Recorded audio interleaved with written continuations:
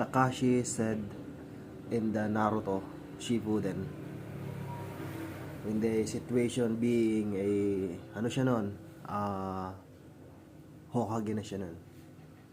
Alam mo kung ano at ano yung ikinagagalit ko. At sa pagkakataong to, ako yung tipo ng tao na hindi basta-basta nagagalit. At ang situation na yun ay nung nagkaroon at nag-declare si Uchiha Madara ng digmaan, one versus all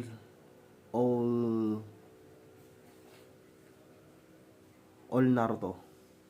Lahat ng lahat ng member ng Konoha hinamong ni Madara. At hindi lang ang buong bansa, ang lahat ng nasyon